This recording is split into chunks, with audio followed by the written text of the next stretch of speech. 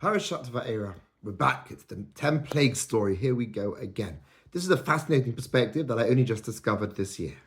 The plague of hail describes how the Egyptians who feared Hashem, had yirat Shamayim, took their animals indoors. You think, really? You've been through so many plagues. Moshe Rabbeinu has threatened. Things have happened. Does it really take yirat Shamayim? We think about a person who has fear of heaven, who's so careful and punctilious with their actions, always thinking about what they're doing. Is it right or is it wrong? That's a madrega. That's an achievement to be a yirat Shamayim, someone who fears Hashem.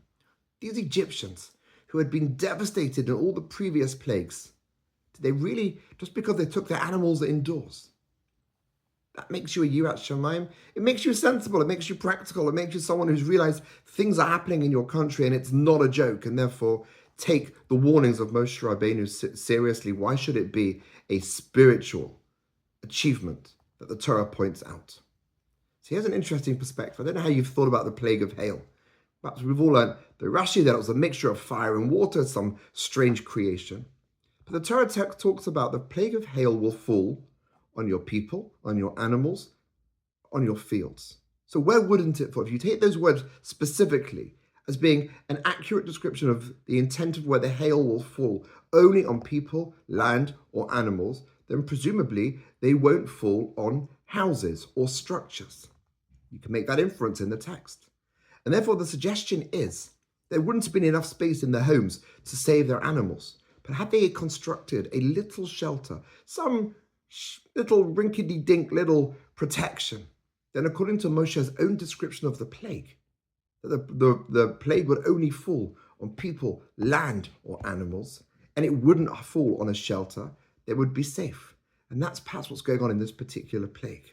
The Egyptians built little shelters, not ones that could withstand ordinary things. They wouldn't have been strong enough to protect the animals in ordinary situations. But in this extraordinary or unordinary situation where Hashem was bringing a plague, the yirat Shamayim, those who feared Hashem, those who took it seriously, had enough faith, had enough conviction that they would be safe even in a shelter that ordinarily wouldn't actually protect them.